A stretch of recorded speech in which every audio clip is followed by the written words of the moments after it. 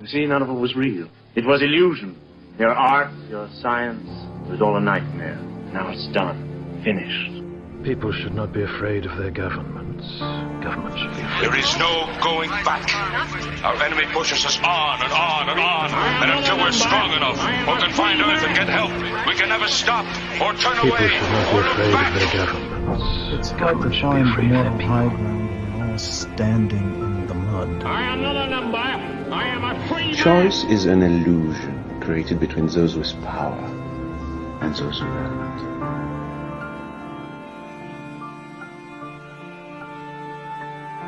Heresy shouldn't be this much fun, my beloved truth seekers, but it just is, especially when we've thrown trained caution to the winds of uncertainty and allow those same winds to fill our sails of neglected potentiality and pure-hearted imagination.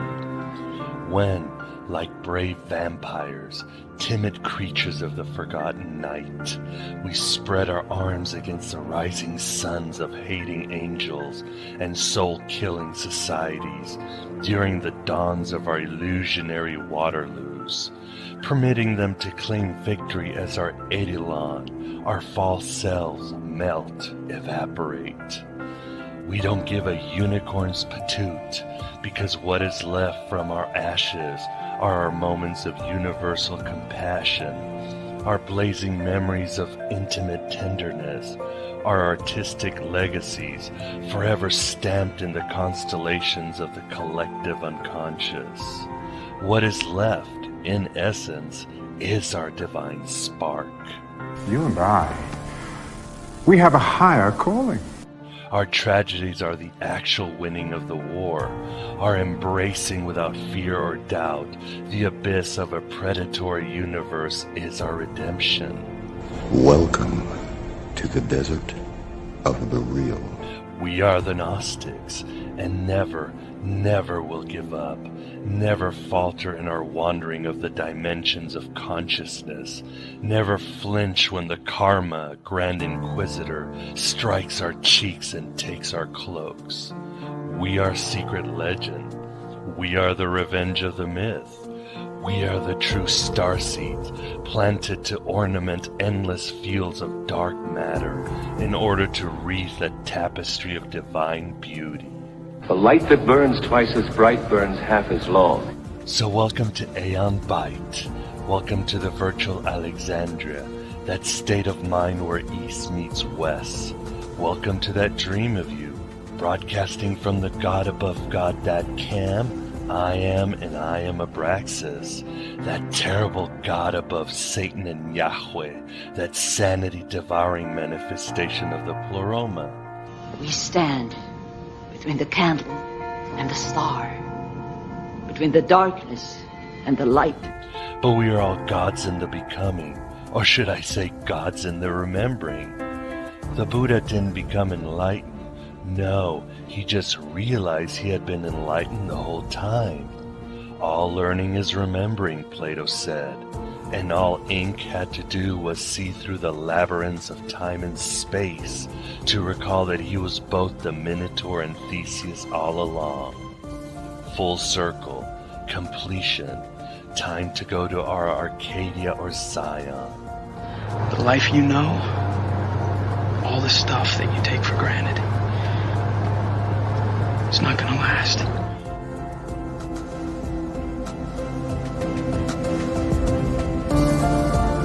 Say something, goddammit! You're on television!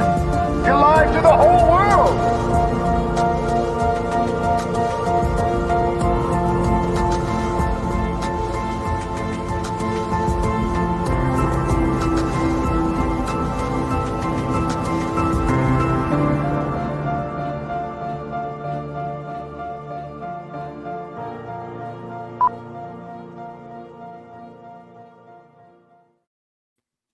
All right, say something, goddammit. We are live to the whole world. Welcome, everybody, to AB Live.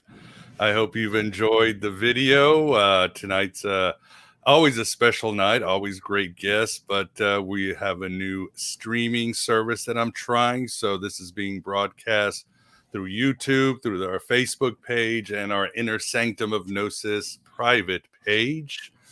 And different background, new features. You just heard one of them, which was playing a video, because before we would start AB Live, but it always takes a good 5 to 10 minutes before people join the chat and start having fun. So welcome everybody. Welcome to the desert of the real. Birdie Num Num. And yes, men still have nipples in this universe, but at least we can show them in public. Women can't show them in public, which just goes right back to the absurdity of this universe. But here we are once again at AB Live episode 42.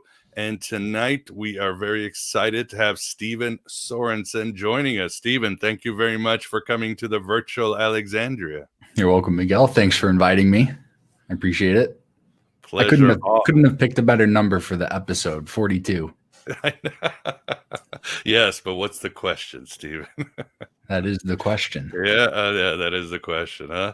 And with us too, always glad to be joined by the Moondog Vance. How are you doing tonight, Vance? Oh, pretty good, but I just got a shock. There's some bugs in the system, and it was on your microphone. Oh, it Take is? a look down there. Yeah. All right. Look. I mean, literally, there was a bug. Oh, I thought you meant like no. Oh my God, there is a bug. I thought, oh my God, let me check the wires. Is the volume on? You little shit. No, we're good. We're good on YouTube. We're good on Facebook. So everything's go. Awesome. Awesome. Yeah. And you can see the people are starting. Awesome. As always, audience, if you have, oh my God, I can't kill it. It's one of those stink bugs in the Midwest. Watch out. They'll make a big mushroomy. Yes, I know. It's been a problem in these areas. So you can't kill it. You've got to, oh my God. Of course. Gotta get it in a paper towel. Aeon bug. Get up. Oh my God. Careful. You're going to make him mad. I know. Okay, he's gone. Go away. Go reproduce and populate the earth or whatever you do. All right. But yes, as always, if you have questions, please write them down in the chat. Write them caps. Lots of questions. That bug really got me out of my system, out of my rhythm, if you would. Sorry about that. I was afraid of that. Yeah, a lot of question marks, and we will get to it. Other than that, I'll have some house cleaning as we go. First, I'd like to say thank you for your support. It's been, despite the insanity of this year, it's been a great year for Aeon Byte. You've really supported. The audience has really grown. And if you could please keep supporting, as I like to tell people, the apocalypse is not interested in a Gregorian calendar or a Julian calendar. It doesn't mean in 2020 we're all going to have our spirits back and our moods leveled.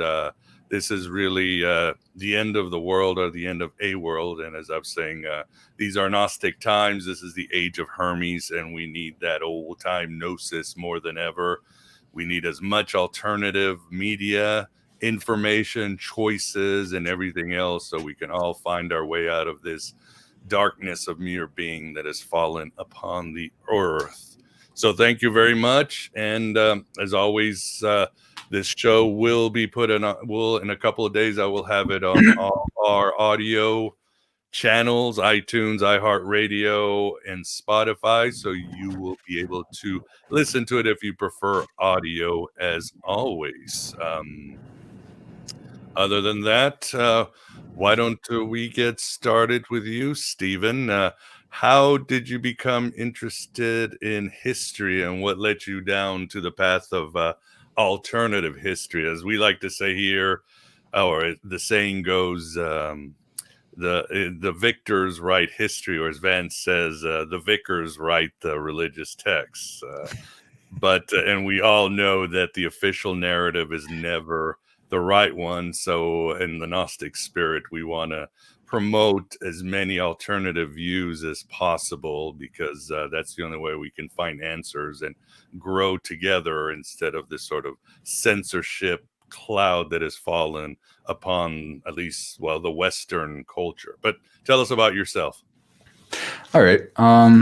Yeah, my interest in history started maybe in my teen years. I remember not caring for it too much when I was a kid, but then, I hit like 11 or 12. I started reading a lot more, exploring more ideas that were kind of out there, but like, it's interesting. I was thinking about this alternative term to refer to stuff as if like I guess it is an alternative to something else, but in a way it's all alternative compared to whatever you're focused on. So when I come in, I talk to people about what I'm going to be talking about tonight. A few of them recently have said, this came way out of left field for me. And I was thinking about that, because it's like way out of left field for some people, but it's home base for me because this is what I do basically every single day. I'm looking into this type of stuff. And hopefully my website reflects that. Well, not just my website, but everything that I'm producing. I'm all over the internet. So, yeah, maybe in my teen years is kind of when I started caring more about history. When I was 18, I'm 25 now. So about 7 years ago, I started looking more deeply into the American education system. And I wanted to understand how our system got to the way it is. Why do we have such short classes with so much shuffling between the rooms and, whatever anyone's experience is? I wanted to know why it got to that. And when did we start shuffling people into boxes to listen to lectures for 8 hours a day from the age of 4 until indefinitely for some people? So yeah, I was looking into that and I was thinking about writing a book on it. I had discovered quite a bit. I had been pulling together information, and looking back on it, it was a lot more haphazard than I had realized. I've become a lot more methodical and precise with my research now for people to be able to check it out and verify what I'm saying is true. But yeah, back then I was looking into writing a book on that. I thought maybe I'll do like a preface or an introduction talking about the origins of schooling from like the earliest times until America became a thing in the 18th century, and then really expand upon American education. But then as I was looking into this, it was around the same time that I had heard about Fomenko's new chronology, which is what I'll be talking about more in depth tonight. And I was looking into the early educations, and there are some works on it. Maybe I'd be able to find more now, but back then I wasn't finding like substantial tomes of writing about the history of education. But I could probably find better stuff today. I feel like I'm a bit more resourceful. I can navigate the internet better. Because that was like really right when I was first starting out. I didn't have a guide. I was 17, 18, kind of trying to figure it out on my own. I wasn't going to school. I was just working. And yeah, so then I came across Fomenko's new chronology, which is this idea. This is the way out of left field thing for most people, is that human civilization dawned around 1200 years ago. And I think popularly, like what people would consider the mainstream narrative is that human civilization dawned maybe 6,000 to 10,000 years ago. It's kind of foggy, but typically I think traditionally has been dated to around 6,000 years ago is when we started writing and existing in larger societies, interwoven cities, creating tools and languages and arts and all the trademarks of civilization. And so when I heard that Fomenko had and his team of researchers had come up with this theory that human civilization is only about 1,200 years old, that was weird. I was already familiar kind of with Illig, I think his name is, his phantom time hypothesis that 300 years had been added to the Dark Ages at some point. So we're like 300 years artificially extended. But Fomenko's new chronology is saying that basically anything that is pre-civilization, which I think is called prehistory. It's kind of an oxymoron. But yeah, it's like history before history. It would be interesting to look into the etymology of that to see when exactly. I think I did once, but it's a recent term, because people believed for the longest time, at least in the Western world, that God had created the world, and that it was possible to calculate how much time had passed between when God created it and when they were today. And that really got overturned in the late 19th century with geology. They took over and proved that God couldn't have created it 6,000 years ago. So there's still creationists out there now that work in the science to say it, but I don't really have a horse in that race at all. I'm more focused on human civilization and where did that actually come from. So yeah, I'm looking into human education. When did we start schooling people? What's the deal with that? And then I come across this theory that human civilization is 1,200 years old. At first, I had some friends that were kind of looking into it more seriously. They were taking it more seriously. And so then I read through the fundamental works that were involved with the new chronology. And I thought, like, wow, this is actually really interesting. Like, could this actually be true? And so for 2 years or so, from like I was probably like 20 at this point when I had come across that, and then around 22-ish is when I'm trying to piece this together. I really gotta write this all down and make a nice timeline of it. I have a timeline for the Sea Truth stuff that I'll talk about in a second, but yeah, it was like my early 20s is when I started reading all the books, getting familiar with it, and I kind of went out to provoke professionals to try and respond to it, because the Wikipedia page said that it had been refuted by professionals across the board, and I ended up sending out 500 emails to professors in ancient and medieval history departments across the world, and I started with like the most reputable colleges and worked my way down from there.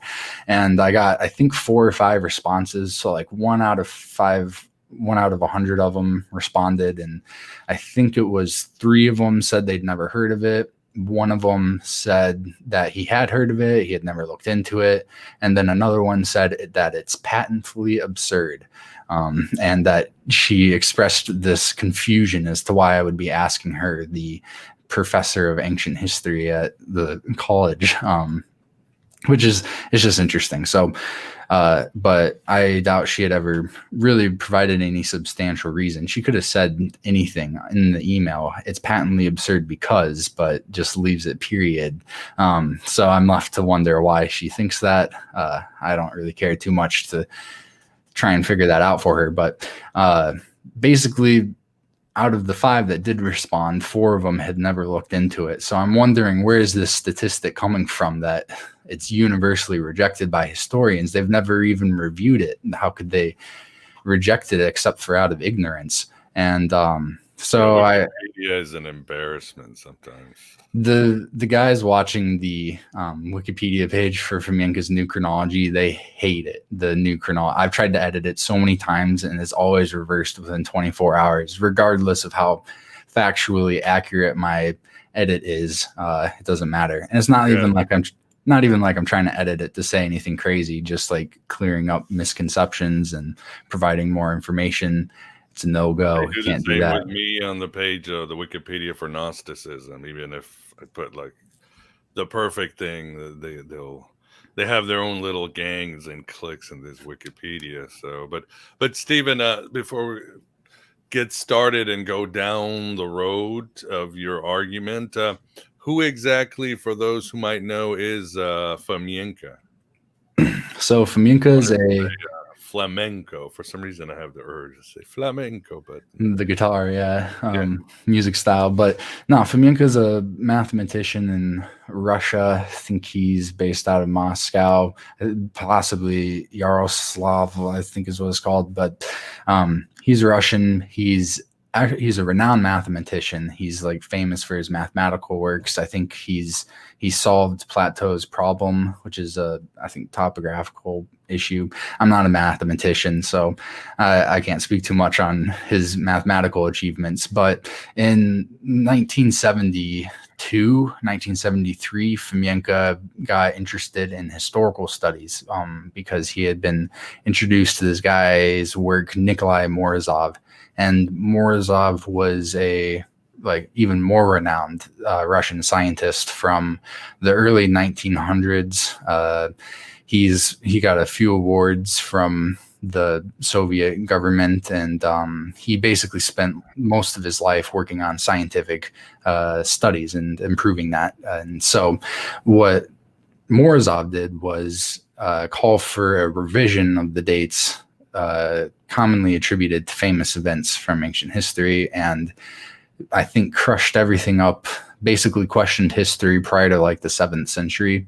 And Fomenko found it interesting, and supposedly it's interesting going and talking about it because I'm still open to the idea that it could be a big hoax and that this could be a government project or even a personal project, something that he's doing for fun.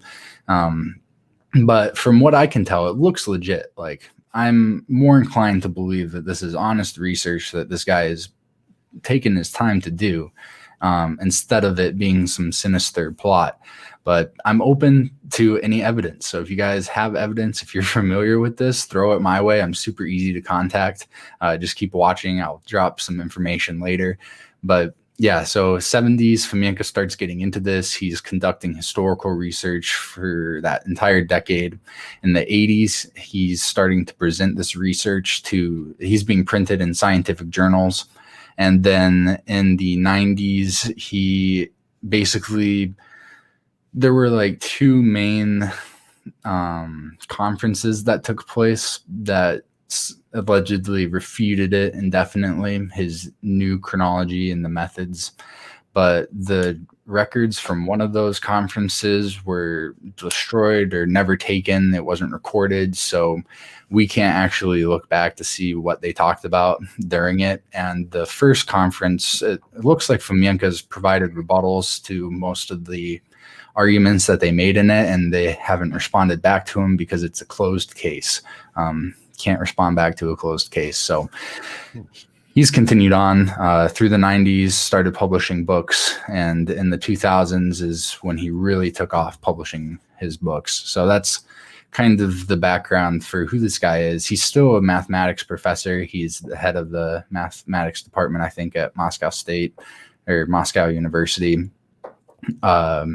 And still, it's not just him creating this, it's him. There's 4 main authors for the new chronology books, and then there's also a slew of like 100 or so co-authors that help out here and there with information. So it's good to keep that in mind, because it's not like this one dude is like a Renaissance man on steroids. Because I'll show you guys some information on how large in scale this is. This isn't just like the guy published one book and argues that it's 1,200 years of civilization. This is thousands and thousands of pages. It's like, well, maybe I haven't counted, but it's well over 10,000 pages for like the basic stuff. The main series has 7 large tomes that are the basis for where his study was, that were published in 2001. And then since then, I think there's 90 plus unique titles for all the different books. So it's a huge investment on the people who put this together.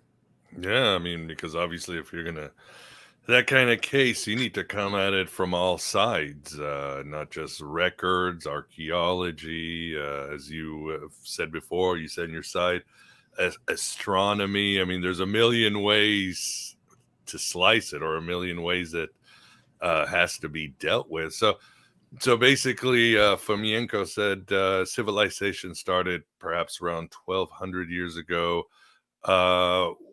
What was the first civilization then? Are we talking Egypt, Sumeria, Rome? I mean, who is the Who's the first? Nile Valley is where the first civilization developed. It's where they first started creating new technologies and languages, and their first massive large-scale city turned up there, and then basically has spread out from there. So root of civilizations in Egypt. I have a map even that I can show you the development of it. I'll screen share here in a little bit, but I'll get it pulled up now. All right. Yeah, let me know. So yeah, Egypt is the answer to that one. And I think as I've looked at your site and watched your YouTube channel, which I suggest for the audience to check it out because he's got lots of videos. Again, this is you could probably spend years trying, presenting all this information. But tell us how the zodiac and the stars really, I think, is one of the stronger cases. Yeah, tombs and the fair and all that. The zodiac. So yeah, I'll just quick cover the fundamentals of Fomenko's new chronology. Yeah, there's like two legs that it stands on. One is the textual analysis, which is this massive statistical analysis of narrative materials to try and identify dependent and independent texts. But then the other leg that it stands on is the astronomical work, which is what you just brought up. It's basically the eclipse record that we have, famous eclipses from the past. My website's called See Truth. It's short for chronology truth, because that's what I study is chronology, and I want to present information that is true and also provide that information for other people to be able to evaluate and then work with as well, pertaining to chronology. And chronology is really fundamentally based on astronomy, at least for historical things. If you don't want to include time in the timeline, then you can still have chronology without the element of time. But our sense of time is almost, for the most part, it's fundamentally governed by astronomy, the movement of the planets, or whatever you identify those things as. From Earth, it's light out and then it's dark out, and that repeats over and over again. And the stars, they start out in one place in the sky, and then after 365 and a quarter day, they're back in that same spot again. These are ways that we keep time. And so there's eclipses that happen. I'm pretty sure everyone knows what the eclipse is the sun goes dark, or the moon is lunar and solar. These are famous in history. So getting beyond just basic astronomy stuff, the historical record has a bunch of these. And for a long time, astronomers noticed that the further back you go, the further off these eclipses are. Because the idea was that the motion of the planets was constant. And so when the eclipse record was off, they determined that potentially it's not constant and that there's more going on here. There's more variables that we need to consider. And so with the eclipses, nowadays, I have two different star mapping apps that will allow me to view the sky at any given date and time. So I can go back to 200 BC and try and see if the eclipse actually happened. And it will, because they base it off of the historical records. The popular star viewing apps, if you go and try to see just how far off the eclipse is, it won't be off at all, because they have coded it to match the historical record and the dates traditionally attributed to those eclipses, and they've created a system around that. But Fomenko comes into this with basically there was a large shift in the speed of the eclipses around, I think, 5 to 1000 CE, and basically like they're more or less consistent prior to that point, and then more or less consistent after that point. And so Fomenko went to redate these eclipses and found, supposedly, I'm not an astronomer, so I've been trying to get astronomers to look at this. Basically every astronomy forum I've ever been to has said, we don't want to touch this because it's pseudoscience. How do they know it's pseudoscience if they've never touched it? It's baffles me. But if you're an astronomer, check it out. It's really interesting stuff. I have been brushing up on my astronomy skills over the last few years, so I comprehend this a lot more than I did when I first started. But yeah, basically these eclipses, they can all fit within the last 1,000 years or so. And also it will keep a steady motion of the planets. There won't be any large spikes or drops in the motion of the frequency of eclipses. And so this is one of the arguments for the new chronology, is that all of our historical eclipses do fit into this last 1,200 year period, and we can restructure the events around that by knowing that whatever this document's talking about could have happened at this time, looking back throughout history. And I do think that there are some limits to how Fomenko went about this, and I would be interested in either learning it myself or working with an astronomer who can help me create a program that will allow you to input different variables to see what different types of things tweak this historical model. If we were to tweak something here or there. But then I also want to do that to continue with the astronomical stuff. There's the horoscopes, which are zodiacal formations. They are, so aside from the sun and the moon doing their eclipse stuff, we've got all the planets that we can see easier now through telescopes. And those planets will only ever be in the same spots in the sky every so often. And so if you've got basically like, if you had a line straight up on going across the sky, like with a laser or something, and every single planet aligned on that line, that's only going to happen every so often. It's not going to be an every night type of thing. So through these repetitious cycles, we can see when different different horoscopes could have taken place. And in the historical record, there do appear to be quite a number of horoscopes that have been recorded. And so through figuring out when the planetary positions could have been exactly where they are, we can figure out when these people were when they were writing this down and creating it.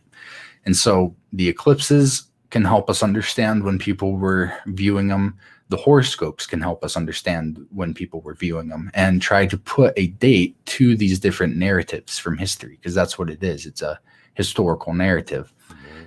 So that's the rundown on the astronomy part. Basics. Yeah, fascinating. Yeah, I think it's fascinating and intriguing. Vance, what do you think? Do you have a question or an audience question? I know you're a stargazer. Well, you do it for a living. Yeah, different aspects, but yeah, true.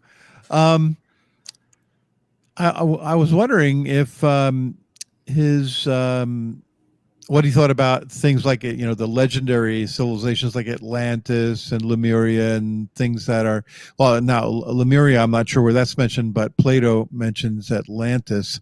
Is that too far back? I mean, is Egypt absolutely where it starts because of lack of evidence? Well, no, I think that he does mention Atlantis, and I think he pegs Crimea, the Crimean Peninsula, as Atlantis, and it comes not as the very first civilization, but I think like one of the second ones. So he says Atlantis is after Egypt. Yeah. Well, yeah, here, if you guys want to see this, I can screen share. All right. Here, you got this 5 major capitals of Fomenko's new chronology. Everyone can see this? It's a little small. Here, let me zoom in. That's better. Here we go. All right.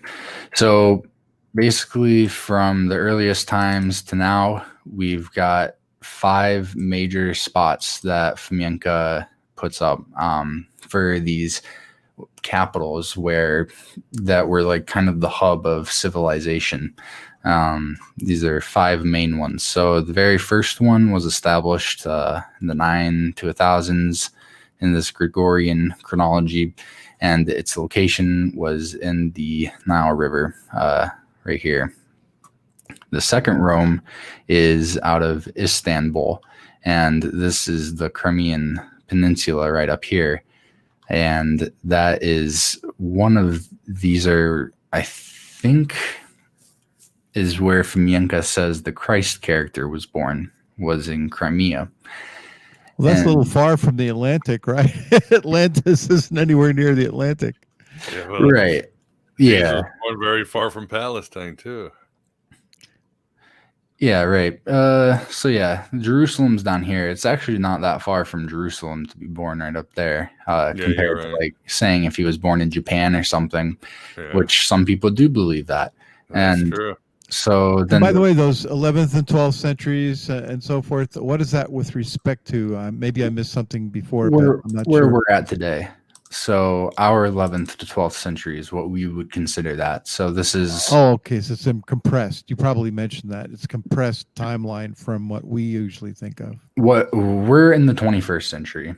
So this is another way. So saying in the 11th to 12th centuries is another way of saying 1,000 to 900 years ago. Yeah, it wasn't the Middle Ages, it was the Roman age. 1,000 years. Well, this would be extreme antiquity, ancient times. Mm-hmm. But on what most people today, if you ask them, hey, what age is the 11th to 12th century, they'd say Middle Ages. But new chronology, this is ancient times, is 1,000 years ago. So then third one's in Russia, the fourth one goes back down to Istanbul, and then the fifth one's back up in Russia. So this is kind of the path that it takes, and then everything spreads out from there in both directions. Isn't it kind of funny that like he was Russian and like he's drawing everything into Russia? So yeah, that's something that people have brought up before, is that it's supposedly Russian centric, and that all he's doing is trying to get people to believe that Russia is the center of civilization, and that could be what it is. But also there is this really interesting map that has been drawn up, and it basically shows that these are all the European capitals right here. And I've heard the argument that you can draw circles out, but basically what this is that these all fall in concentric rings out from Vladimir. And so it shows somewhat of a premeditated type deal here, and they're all kind of separate. They're all kind of the same distance across from each other as well, so kind of similar travel times, but it comes out from here. I've heard people say that you can draw circles out from literally any of these dots and that will happen, but I've tried that myself and I've never seen anybody who said that actually do it. And this has been done, and it's very clear that those are quite concentric. So yeah, these are all the capitals right here, but yeah, so this is interesting. That's basically one of the main reasons why I would think that possibly it's not just he's trying to be Russian centric because he's in Russia. I think that aside from a lot of the other stuff in there, it's a possibility that it could be Russian, and that he just happens to be a Russian dude that discovered it. I don't think in different. Wait, you said you're talking about the city of Vladimir? Is that Vladimir? City? Yeah, that's That's a Russian city. It's right here. Like what part? Up north? Just outside of Moscow. Oh, it's outside of Moscow. Okay. Yeah, it's pretty close. So yeah, but I try to think about it like in a different sense of if these historical events actually were copied from Russia and then attributed to other places, then the other people are being cultural, regionally centric to their own beliefs, that they think that these stories are actually about things that happened in Africa or in Greece or in Italy, when the story actually comes from a different place in a different part of the world. So determining who's correct is kind of the goal of Sea Truth, and my whole adventure into this is to try and who's in the wrong here and how can we tell. How about Cyrillic though, because it's kind of a constructed language based on Arabic characters and so forth, the backwards letters and so forth. Saint Cyril supposedly made it up. I don't know. What do you say about that?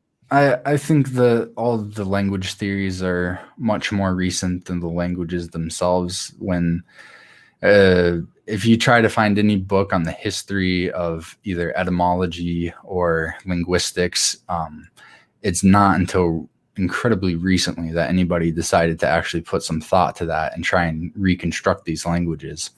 And so I think it's still up for debate as to how accurate the models that they created are, because the people that created them already kind of believed that history was extended thousands of years into the past. And so they've created, what is the saying? Whatever the thinker thinks, the prover proves. And so they think that the world is thousands of years old. You can create fantastic narratives about why that's the case, but they could be based on faulty fundamentals, which is history. We don't really know exactly how long these events have been taking place. Well, language structure, but I mean the actual alphabet, the Cyrillic alphabet is clearly derived, and it's extended from other alphabets. Either that, or I suppose you could reverse logic and say, well, other people started with the Cyrillic alphabet and cut it down to what the Asian, the West Asians and Europeans have.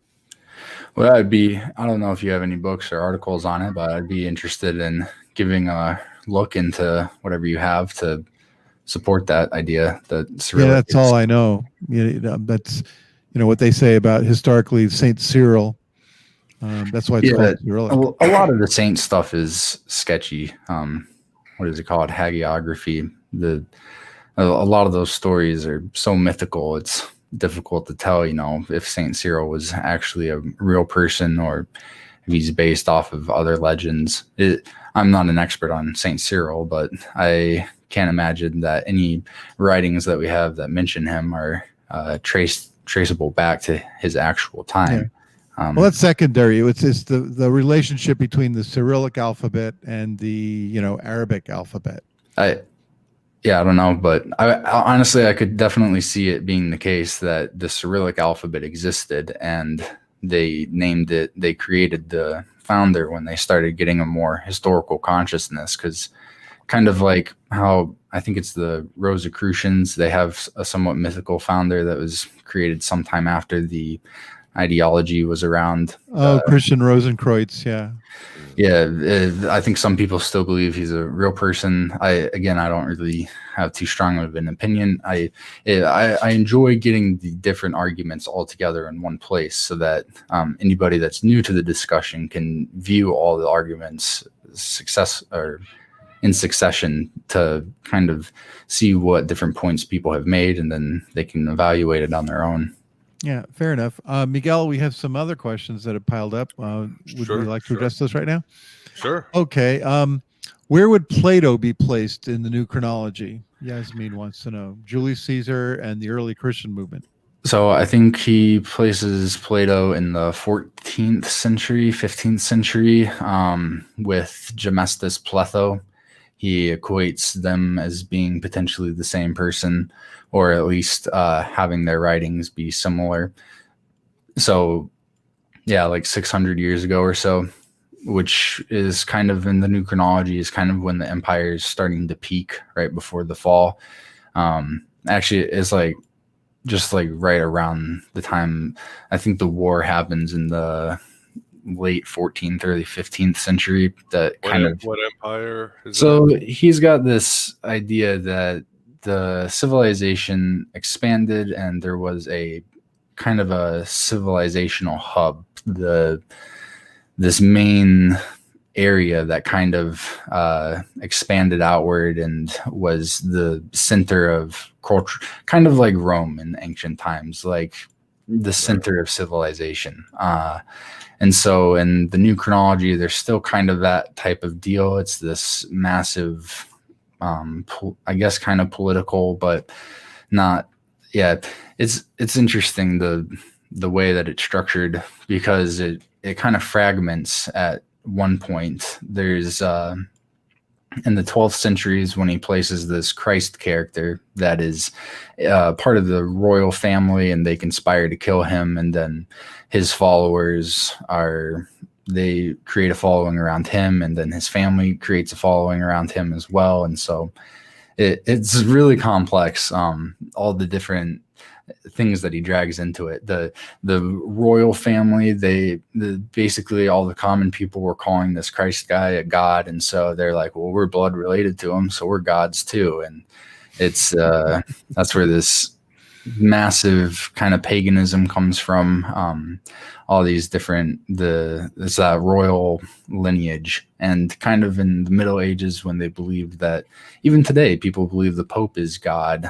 Some people do, and even as recent as I think the 1900s, it was more so people believed that God was literally the Pope, or that he was speaking through the Pope. Like, I guess people still think that about their pastors. So it's an interesting, a lot what about of the Bible, though? faces. I mean, the Bible doesn't say anything like that at all. The New Testament, and I don't think any versions of the New Testament. Yeah, I don't recall anything in the New Testament about popes being God or kings being God, but that didn't stop them from or Jesus' relatives saying that they were God. Well, yeah, but how does Fomenko have, how does he how does he reconcile? There's quite a lot of narratives. The Bible's not the only source for information on this Christ character, because this is such a fundamental legend that it's fractured partly through all of these major cultures of the world. But yeah, it's an interesting question about his family not claiming to be gods, but there are some interesting stories about the early martyrs and how they exhibited godlike things. Like, that's true. They tried to like kill this guy, and their blades were like bending on his skin because he was so they did powerful. Miracles. Yeah, and even after that, they believed that the relics of these saints and martyrs gave them powers and protection. Even I think today there's still people that believe that type of stuff. So it's interesting how there's so many things that people did in allegedly ancient times, 2,000, 3,000 years ago, that they're still doing today. And it's really a question of, when did we start doing these types of things for whichever thing we're talking about? Okay. Julius Caesar, where does he fit in? Julius Caesar, I think, off the top of my head, I am not exactly sure. I can quick Google it though. But yeah, I do not. I kind of know sort of the overall stuff, the basics of it, not every single little person that's in it. Although we don't want to get in a list of. I was just part of the question. Yeah, I think we can move on if you want. I'm gonna listen back to this and watch it back, and any question that we ask. So from here on out, I'll just pass and not take too much time on questions. Sure. But I'll go back and I'll look up the information, and I'll respond to them too, because that'll allow for more time for me to find out and to answer to the best of my ability. But I do want to say I don't really know exactly every little detail here and there for. No, that's understandable. It's the entire history of the world, right? He redid. So yeah, I'm pretty sure, just off the top of my head, that Julius Caesar and Jesus Christ are equated quite a bit. And actually, there's people today that equate them too. There's a guy on MythVision podcast who is arguing that Jesus Christ and Julius Caesar are the same person, but he argues that they're from 2,000 years ago. Fomenko is arguing that they're from, so Jesus or the Christ character, that figure, that person that gave way to all these fractured stories and versions of his life, he lived in the 12th century. So basically any historical character that you can think of isn't going to predate the 12th century, because those are like legendary times where most of the world's legends come from. Yeah, does he? I want to get back to the viewers' questions here, but I can't help myself from asking: does he ascribe the American Revolution to the same time that we do? In the 18th. Yeah. His revision goes up until about the 17th century, so like mid 1650s.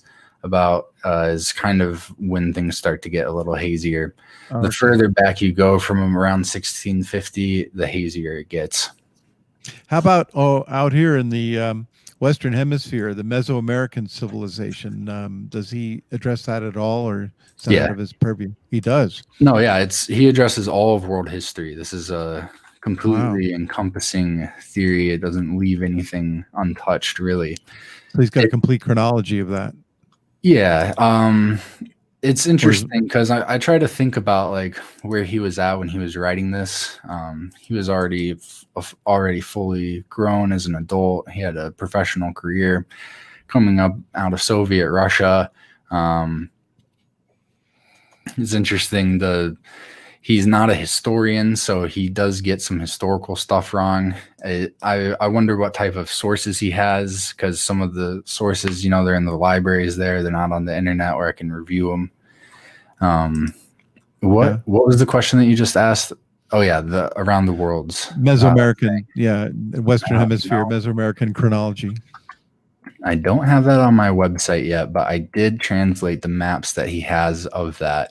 So I'm pulling up my Facebook real quick. The Incas and the Aztecs and the Mayans. When did the heads roll? That type of thing. Yeah, I want to say the pyramids get built, in South America and so forth. That's an interesting question. I want to say the spread started around the 14th century. I don't know why my Facebook isn't loading. It's just a blank screen. All right, there we go.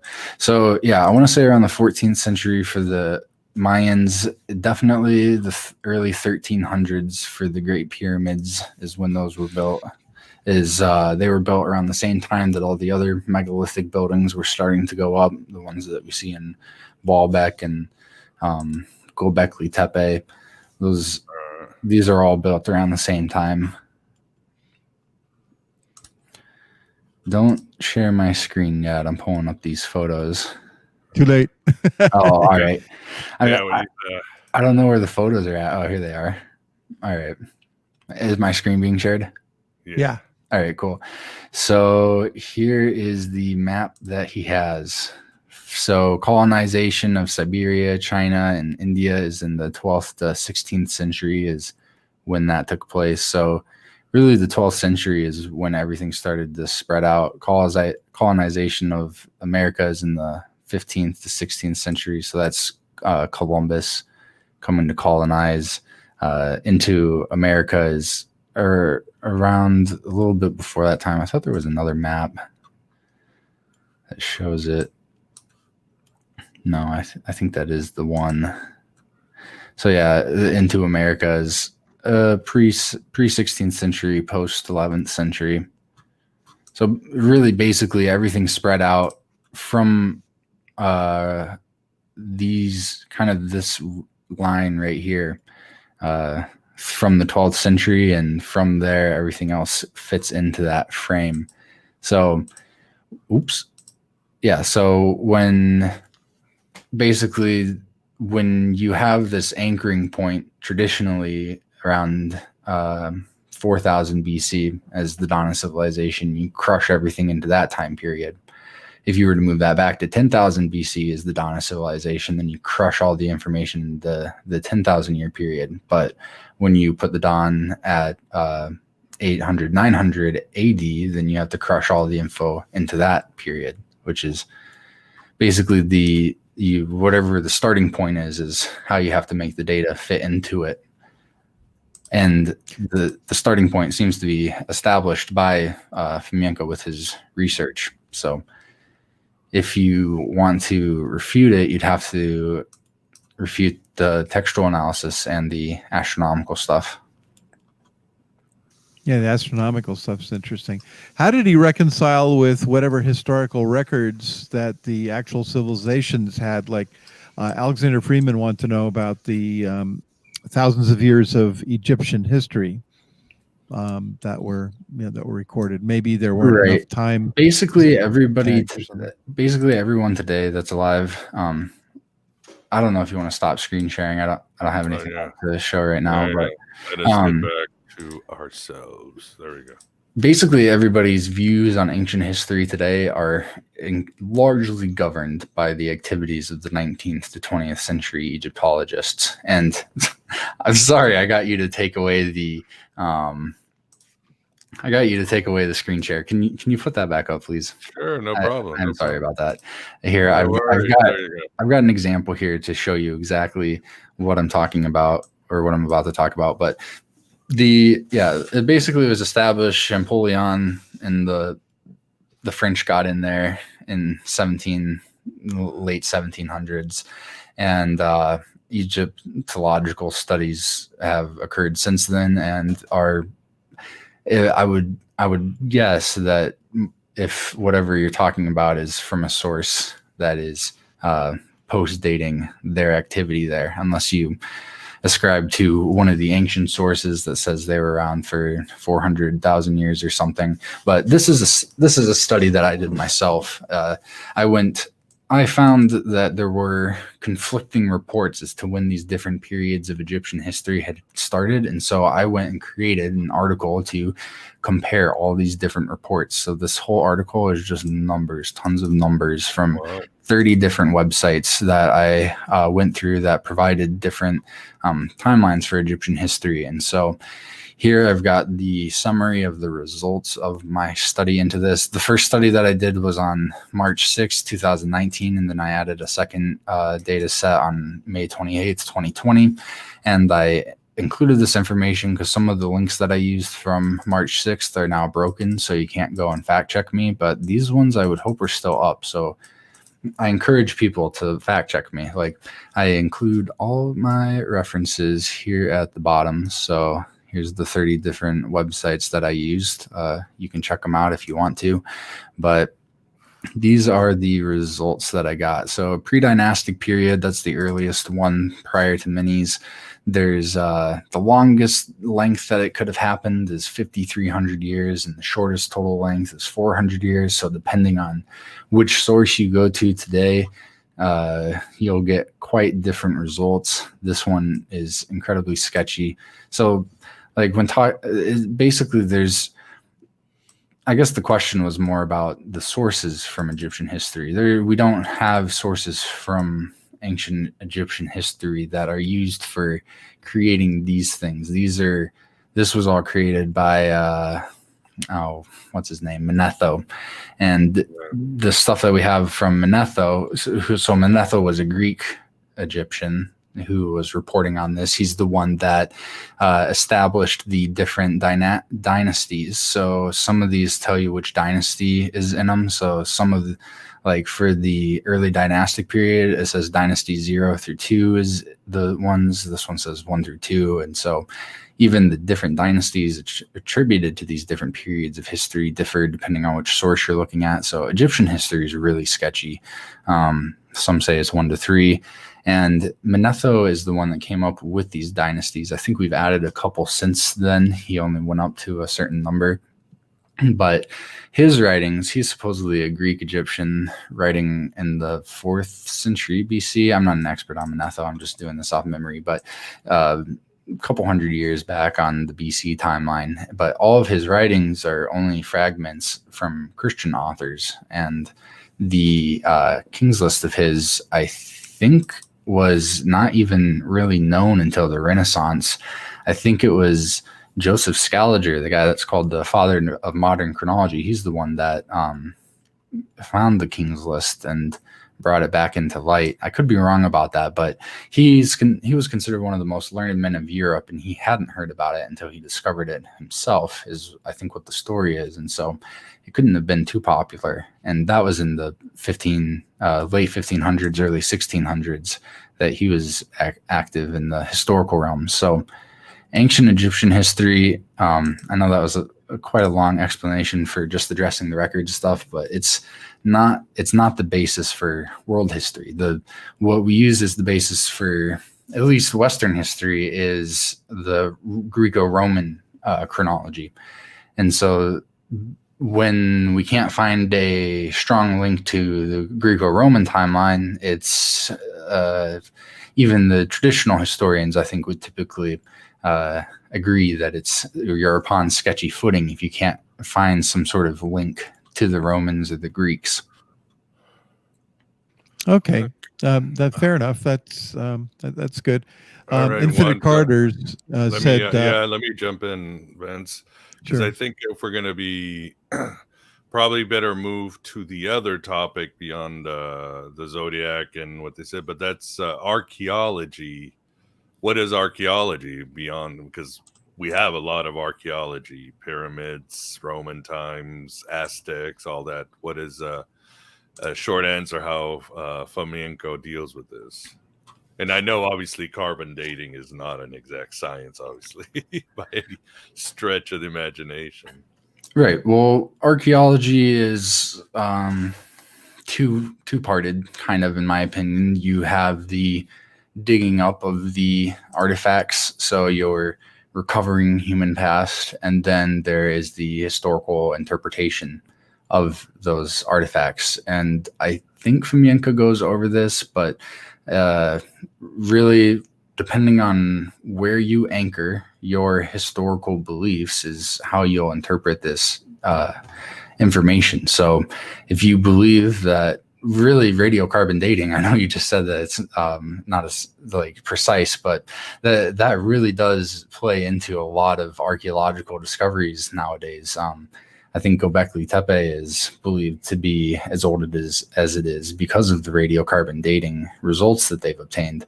And so yeah, it is sketchy. I'd be interested in discussing further with a radiocarbon expert. I've been trying to find one for years, but they don't seem to be in large supply, if at all. So that is something I'll have to wait to comment on more, because I do want to consult with some experts on it, but they are quite elusive, if you ask me. And so yeah, archaeology, two-faceted. Recover the objects is the first part. The second part is interpret where they come from.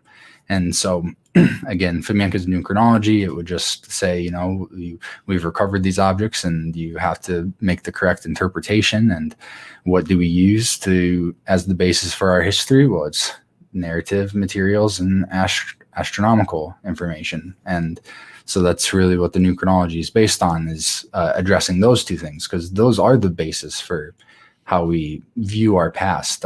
All of these auxiliary sciences, they help us form a greater view and try to understand it better, but they aren't really the foundational stuff that was used. I have articles on, I don't know if you can screen share one more time, but I've got my historical methods and studies article here, which lists out all of the different, this one's not a complete list, I got to update it, but it lists out all of the studies and practices that are used for writing historical narratives. And so they're alphabetical. Archaeology is at the top, and after them I have when they were really established as scientific or artistic practices, and archaeology clocks in at the 18th to 19th centuries really is when it started to become more of a scientific discipline. There was some effort in the 15th to 17th centuries, but not, I don't know how many people today would consider what they were doing scientific in their approach. So here we've got all sorts of stuff. Diplomatics is revolving around gauging the authenticity of texts, was established really in the 17th century or so. Etymology, talking about word origins. There's not even really information on the history of the study of the origins of words. It's such a niche topic there. Historiography really got established in the 18th century. Narratology, the study of narratives, is a 20th century thing.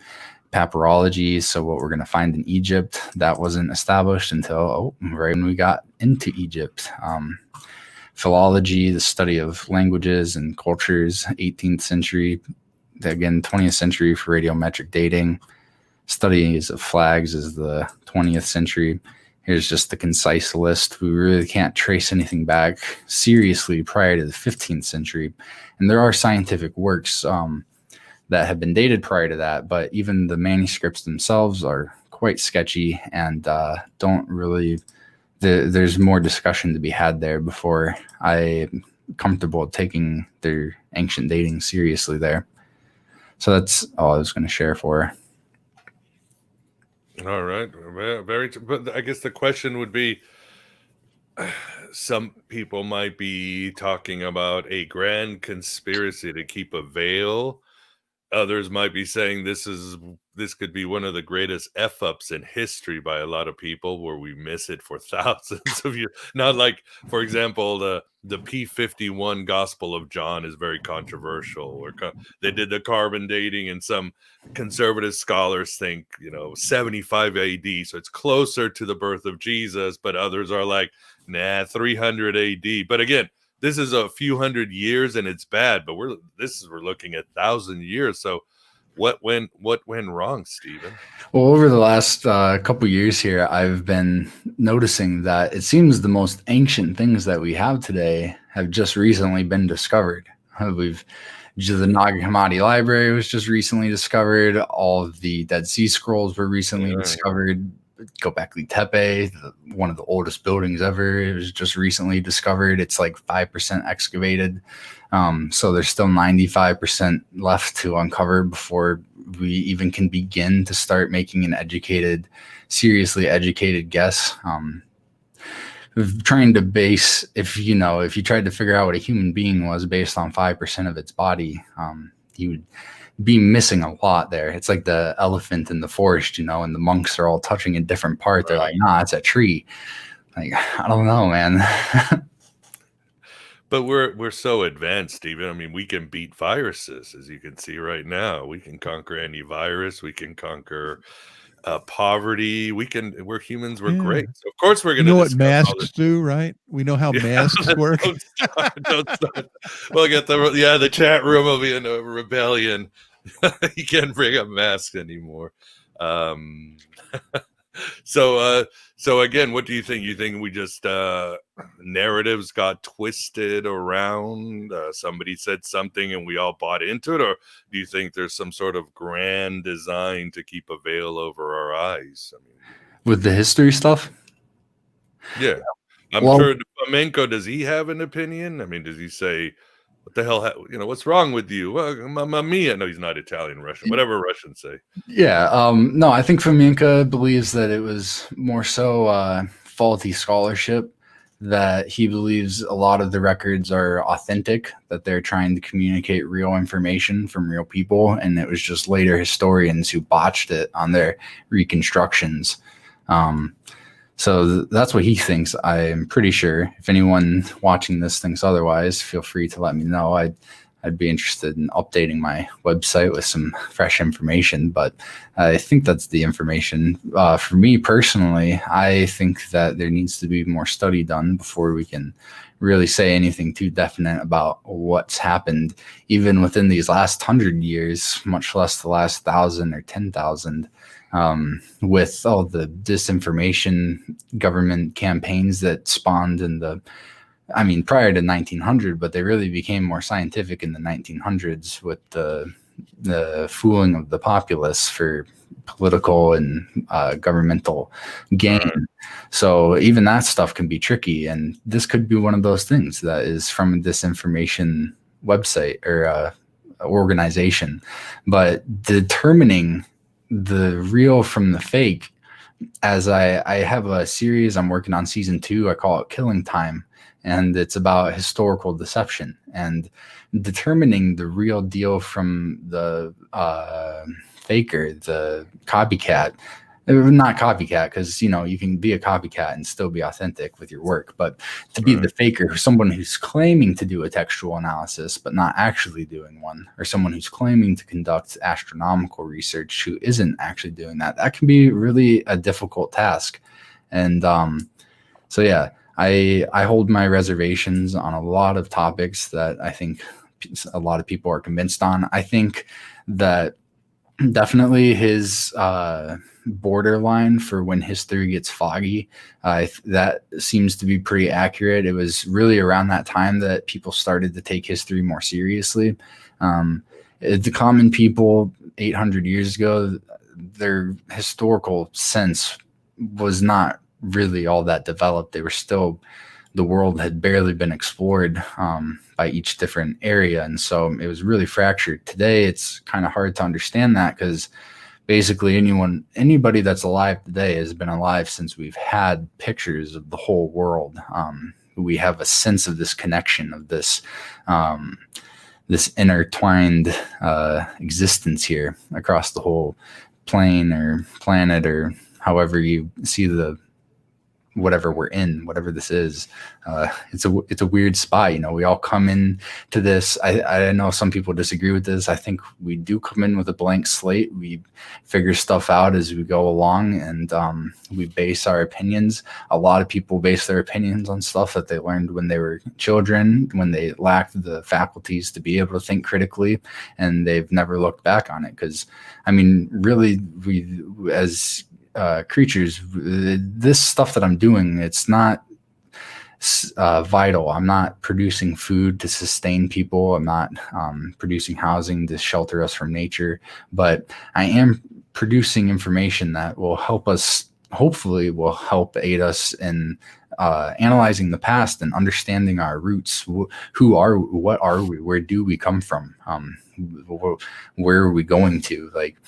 It takes a historical perspective, and I think history is a lot more involved in people's lives than most are willing to admit. For you two, I'm sure you're in a culture where you take track of your age. You know how many times you've gone through the cycles, and I keep track of that. You probably know that if not the minute you were born, at least the day you were born. These are all it's all historical information. The whole reason we were even able to coordinate this meeting tonight is because we've got our clocks all synced up, which takes historical understanding of how fast time moves. It's really based in history, and so I try not to get on these tangents, but it's such a large and broad subject. I think your question was kind of, how do I view the past? And I think it's sketchy. I think that there's a lot of research to be done. I don't think that the case is settled on really most topics. I really haven't found anybody else that is looking into history in the same sort of way that I am, with such a critical mind. I'm really approaching this from a history of ideas type thing. So as Moondog was asking me earlier, I do plan on going back and looking into this and seeing, why do people think that Cyrillic is from Arabic? When was the first time that anybody ever said that? Really, when was the first time somebody spoke the sentence, Cyrillic is based on Arabic? I'd be interested in knowing that, because those are interesting types of questions. That's an idea that, if I'm not mistaken, that you believe is true, that Cyrillic is based on Arabic. That idea was thought by somebody at some point for the first time. It'd be interesting to identify when. Yeah, it's like the famous, I don't know if it's even a thing, but when I was growing up, it was 8 glasses of water to be healthy. And even doctors would say it, but no doctor knew where the research was coming from. It was a meme that started somewhere, and we all started doing it. And we humans, we do it all the time. We story tell, we grab on to other narratives, and we just run with it. And obviously, history has changed a lot. There was the Davidic Empire was no such thing. Many characters weren't who they claim, and so forth. History has changed in the way we view the world. And as far as I'm concerned, it's good something like Fomenko to get his ideas in the arena of other historians, and let's see what comes out of it. Why not? I'm doing an analysis on his works. I'm going sentence by sentence to try and see if there's supporting evidence or contradicting evidence. And so far he's got A-, according to the grading scale that I'm using. So he's got over a 90%, which is pretty good. Definitely, I want it to be at 100%.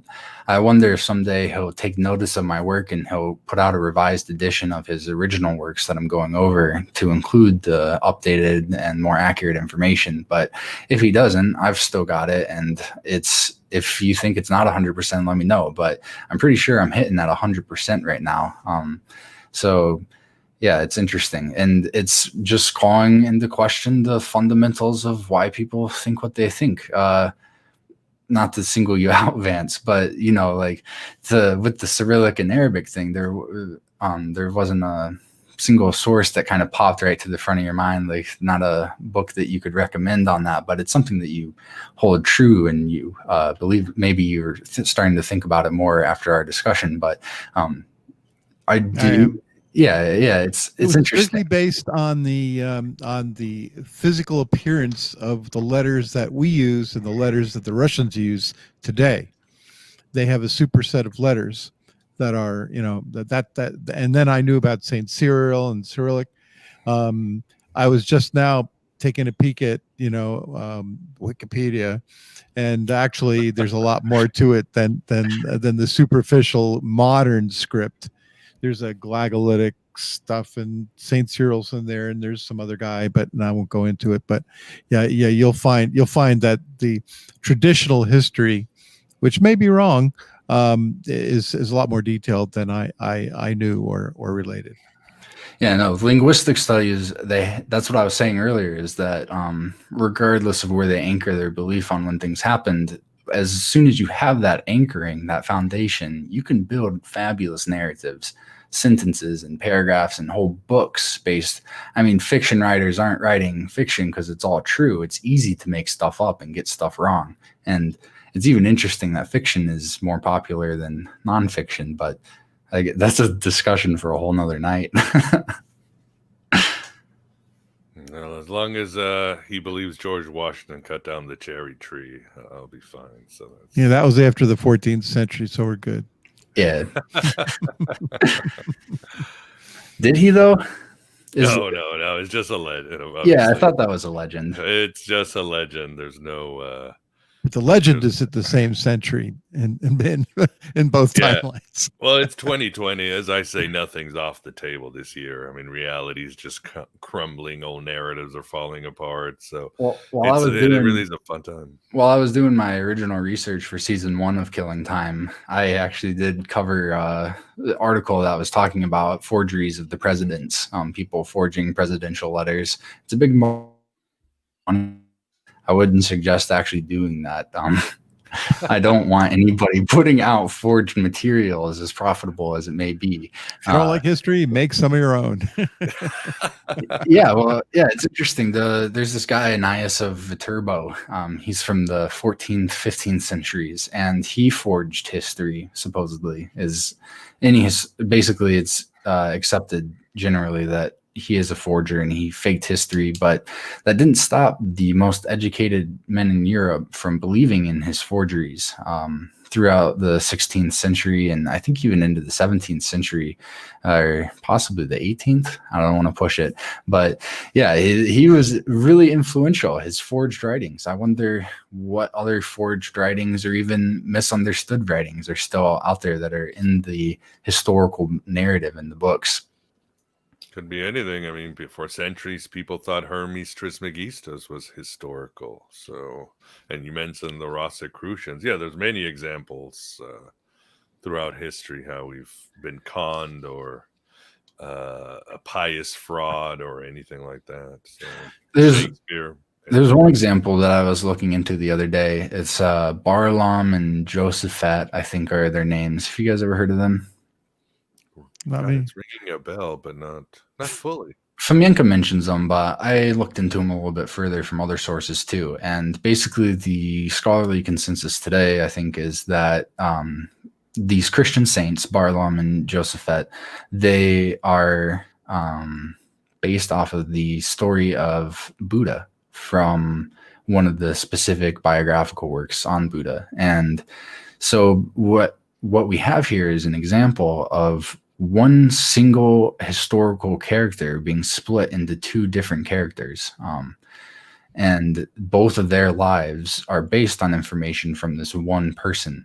And I think there's still people today that believe that these two saints are real people. And so maybe there is a debate to be had as to if they are independent of Buddha, or maybe Buddha's life is based on them, or maybe the texts have no relationship at all. But there, even in scholarship today, there is this discussion as to, is this person actually real, or were they based on someone else? It's a little easier to do with the saints because they're already kind of legendary mythical characters. But I guess to some people they're not. I try to keep that in mind. There is a wide variety of views in the world. Just because you think one thing is a myth or a fiction, someone else could take that really seriously. So I try to be respectful for anybody that's watching. I don't really have too strong of an opinion on whether or not this stuff is real. I'm pretty open-minded. Like, I could see it all being really anything. As humans, we have such a small frame of reference for everything that's happening, all the data points in the world. We only get such a microscopic portion of them to base our reality on. Yeah. But you've spent years on this. So, I mean, for you, there's a lot of passion, and I'm sure it's a lot of fun. I mean, you don't do this out of some curse. I mean, well, it's definitely not for the financial gains, because I'm not making many financial gains with this law. But yeah, it's out of passion. I really want. These things call you. You don't call them. I want to know where. I always say, like, why couldn't I be doing a show about Catholicism or evangelical Christian? I'd actually be making some money too. But I was like, no, the Gnostic thing called me, and I've got to follow it. Yeah, and I hope one day I can turn this into a career and be able to be fully supported off of it. But it takes help from everybody else. Like I said, this isn't really a high demand type information that people want. People don't want to think about, wow, what if my historical perception is totally wrong? Like, half of the world believes that their savior died 2,000 years ago, and to put that into question is like making them question the whole foundation of their reality. So I can understand why it's not too popular, but think of all the history degrees that would rip everybody who ever took history, the PhDs, the masters, man, all out the window. Everything is wrong, as Firesign Theater I'd said. go get a history degree. If history's crunched up like that, it'd take me like a year now instead of all this time for. I am getting a history degree. I'm pursuing one right now. It's more so. You're kidding. How do you do it? I mean, they're saying all this stuff. Well, it's interesting. I look at it from a perspective of, like, if I was in a room talking about fiction, if I was like talking to Harry Potter fans and they all thought it was real. How do we determine if Harry Potter really was visited by an owl, or if he got that scar on his head? How can we actually determine if Saint Cyril happened to create the Cyrillic alphabet? When was that style of writing even first called the Cyrillic alphabet? And so when I go through the class, it is a mess. I'm going to be honest. Like, the history class that I'm taking right now, there's these two characters that are considered the foundation of Western historiography and chronology, and it's Saint Jerome and Eusebius of Tartaria. Eusebius was a horrible liar and a forger. Yeah, maybe. I think that's definitely up for debate as to what's going on with that whole guy there. But is it a religious college that you're taking this at then? No, this is a secular college. This is history. They don't even mention this in the class. This is stuff that they should mention in the class, but they don't. And it's that Jerome laid the foundation until Scaliger came along. Scaliger and Petavius. Scaliger went out to recreate the lost works of Eusebius to try and figure out what his lost Chronicon was saying. And so for 1,300 years or so, the foundation was based around Jerome's style. And these guys aren't even mentioned. They're mentioned in the book in passing. So Eusebius is mentioned as being the bishop that was around when this great emperor was doing his thing. So he's mentioned as kind of a side character to the emperor.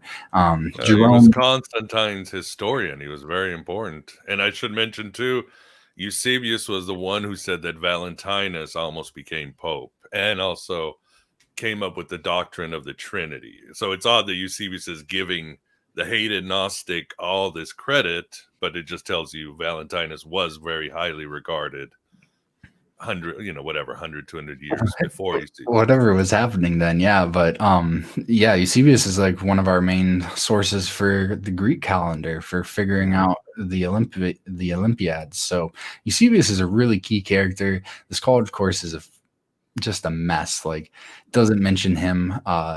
Just the other day, I don't want to give like too much criticisms. I'm preparing like official articles that are more professional and not as critical. But like the other day, we had to do an assignment, and basically we had to like go find illegally uploaded material to write an article based off of, and we were instructed specifically not to find lectures given by teachers, but documentaries given by documentary makers. I guess it just secondary then.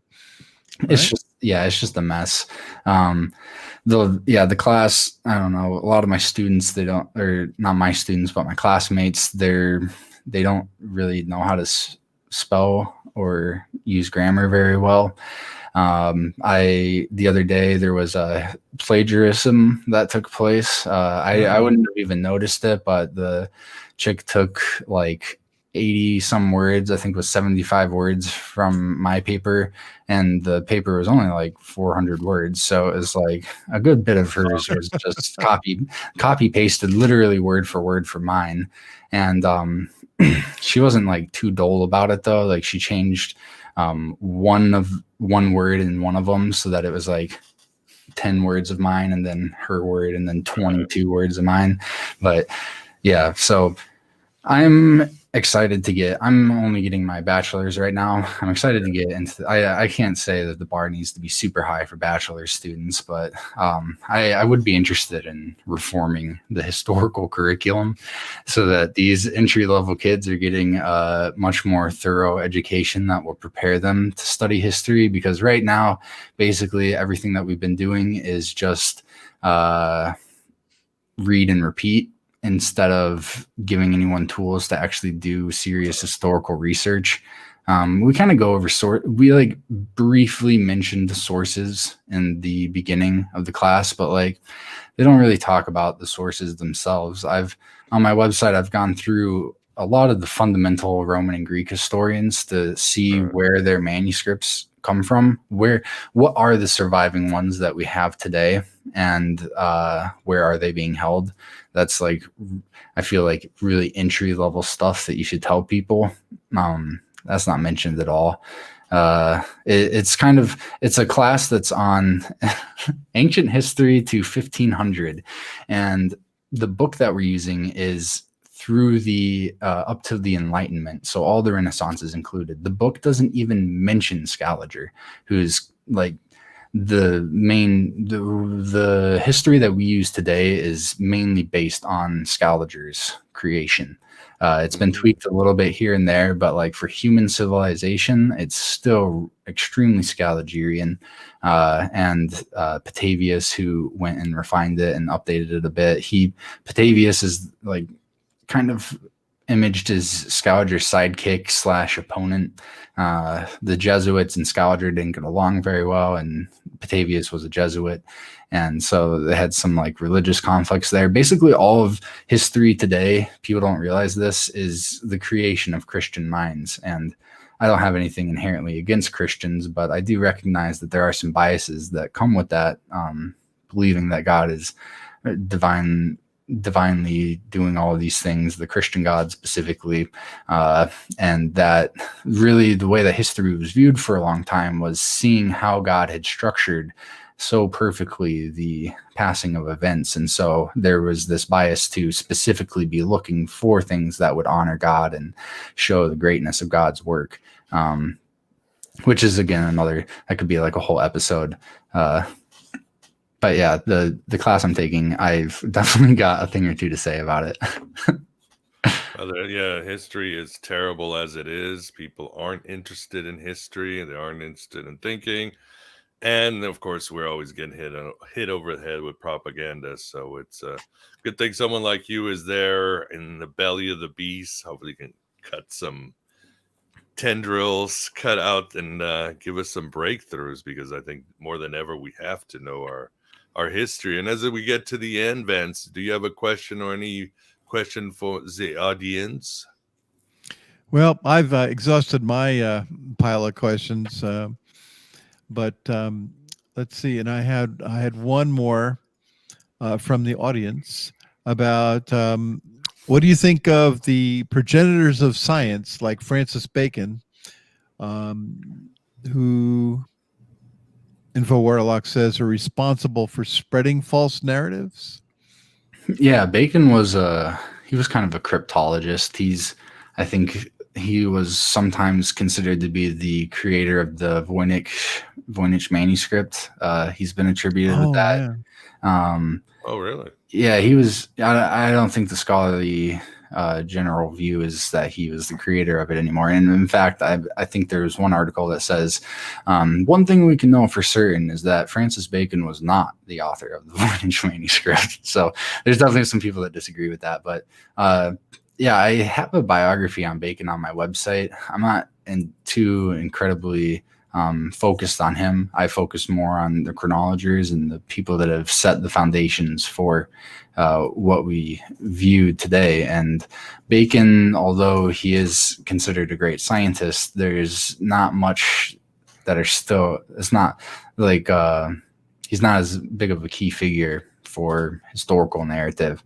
There's not much that he put out that people are basing their historical views on. All righty. Well, we're coming to the end, right, Miguel? So yeah, unless there's another question, let me know. Well, how about Shakespeare? Who is Shakespeare? You got an opinion on that, Stephen? Yeah, it was Francis Bacon or Giordano Bruno. But anyway, go ahead. Yeah, no, it's interesting. I think Fomenko does consider him to be a person, not like somebody's alias, but the writings of Shakespeare seem to reflect the crumbling of this empire that Fomenko believes existed. Like from Russia, right? Shakespeare was a Russian. Yeah, something like that. But I think he says like the Julius, what is it? Yeah, Romeo and Juliet, it's like Rome and Julius Caesar. It's a play on ancient history to make fun of what actually happened in the past. And they were kind of easing the pain of the loss of this history through the comedy of the plays that they were putting up, is I think what they were saying in the new chronology. I'm not an expert on that, but I guess I do know more than some people on that for how it ties in. I don't know what the saying is, but it's something like we know everything until we start to talk about it, and then we know nothing, or something along those lines. Like I kind of like have a general idea on a lot of this stuff, but then I start talking about it, I'm like, am I getting this right? Yeah, that's the same like way. me with Like Cyrillic, right? Or me, if I have like an argument with, let's say it's my wife or a friend, and I've got this great argument in my head, and then I go out, and then halfway through the argument, I'm like, crap, I forgot this fact. Crap, my whole argument is falling down against this person, and I don't know how I'm going to back out of this. So hopefully they won't catch the weakness in my argument or something like that. Whenever that happens, just admit your faults and address yourself to do better in the future. As quickly as possible, and you'll save face and a lot of pain down the road. So, but I think that's it. Again, you should have dialogue instead of repressing things. It sets a good example too, because that's what I would hope other people would be able to do, is if they realize they're wrong, to admit that and then do better in the future. There's about that question there. Do you see that? What does he think about the theories of Tartaria? Because that's another theory about how Tartary was a great, much bigger empire than the history books say. 200 years rule with the Mongols, ruled Russia, all that. What do I think about Tartaria? Yeah. I think, I see it there now. Yeah, I think that there's a lot of theories of Tartaria that aren't very well established. They're not like, it's kind of like videos. I think a lot of the stuff is like pictures and then people commenting on them. Nothing's really been written down too much. I did start, it seems I started an article to trace some of this stuff. Really prior to, I think, like 2016, nobody really cared about Tartaria except for academics that were looking into it. So yeah, here I go. I got It was there was a documentary type deal that came out. There was a documentary deal that came out around 2016, I think it was, and basically everything else has popped up from that. So here we got January 19th, 2016.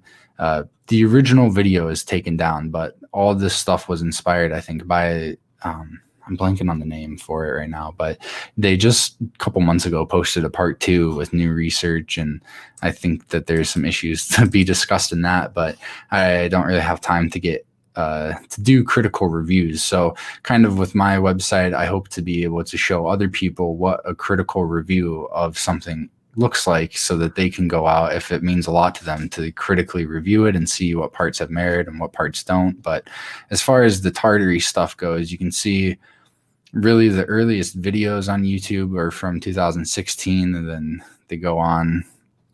The earliest channels, there's this one that was established with Tartaria in the name, was established on 2013, but the first video on it that mentions Tartaria is from 2020. And then same thing with this one. It was established on 2012, but I think they later changed their name because the very first video they have on it is from 2020. So same with all of these. They're established a while ago, then they changed their name because their videos are dated way later. Here it is, the blue. That's who did it first.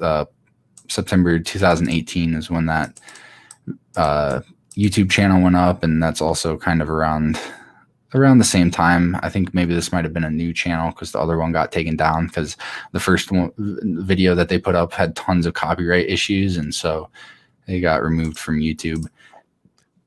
Do you have a quick 2-sentence summary of what that is? Because this is the first I've heard of it, and probably some of our audience may not have heard of it either. This is this idea that there was this, I think, global empire of high technology, free energy for all, and it was taken down by the parasites or what is the Gnosticism? Archons? Are those the bad guys? The Archons, yeah. Yeah, I'm not super familiar with Gnosticism. I brushed up on it these last few weeks preparing for the show in case we talked about it, but I'm not by any means an expert on Gnosticism. But yeah, the Archons, I think, is what they would consider it, were responsible for the destruction of this empire. And it gets, it's... Where were they approximately geographically? The evil guys? Oh, the Tartarians. All over the world. Every single major city, they think that it was destroyed, I think, in like the 1800s. So it's like an even more... What? 1800s? Yeah, it's a thing. And like Genghis Khan was Tartarian and everything. This was... I won't... Historically, Tartary was an empire for 200 years. It ruled with the Mongols and it ruled Russia, but this one takes it like... on steroids. Yeah. Well, and George Washington was part of it then. Yeah, he was eating steak tartare all day. Tartar sauce. I've seen people say that a ton of this stuff is made up. Like all these old people, they just added stories onto the pictures of these guys, and none of that really happened. But it's not very centralized. There's no central doctrine, really. There's no fundamental works for it. And just one criticism that I'll make on the new documentary that just came out that's like popular with this is that it opens up with a citation to Wikipedia, just Wikipedia. It doesn't tell you which page the information's taken from. Then there's no other citations for like the next 20 minutes, and it's all like weirdly, I guess like the editing doesn't affect the information too much, but I personally don't put a whole lot of weight on people that are working primarily off of Wikipedia. As we talked about earlier in this video, there are definitely some people on Wikipedia that have power that definitely it's not beneficial to let them have power on Wikipedia. But yeah, the arguments, they're all like really grand, and they're based off of these pictures that it's debatable. And so also the head figures that push this aren't up for debate, not even debate. They're really not even up for discussion. I tried sending one of them a friend request, and they said that they weren't accepting new friend requests. There's something even, I don't know. They were accepting new friend requests though. I saw their friends list going up and up, but I don't know. So I'm not convinced of it, but I'm not opposed to it. I just would like to have more a dialogue with some of the people that make it. I see in the chat there was somebody asking about how the mud flood ties in with. Oh, wow, that was way long ago. Yeah, that's part of the theory too. Oh, that's what that was. Yeah, it's nothing in Fomenko's new chronology is about mud flood. Right. But it does get dragged into that discussion a little bit.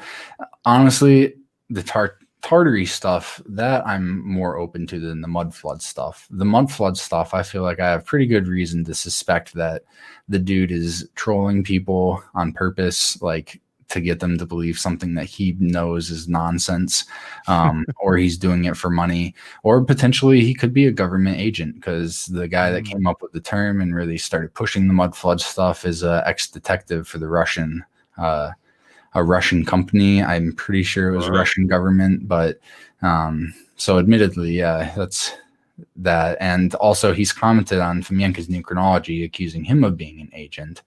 And I pressed him. I would usually, like, over the internet, I'll ask somebody something like 3 times. If they don't respond, I'll just say, yeah, he's probably never going to respond, but 3 strikes and you're out. You gotta swing at least. But he like responded on my final question time, and then went and made a video to prove that Fomenko was an agent, and it wasn't. And basically, the long story short, the dude ended up making an hour-long disinformation video about me. And get out of here. Wow. Yeah, he was so obsessed with me that he wanted to try and convince everybody that I was something which I wasn't.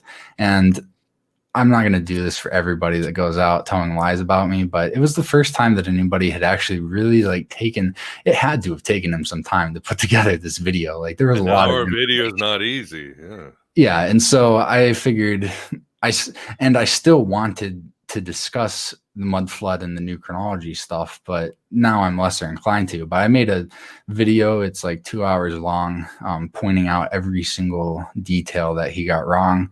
And also, if anybody wants to know more about me, there's a ton of personal information on that.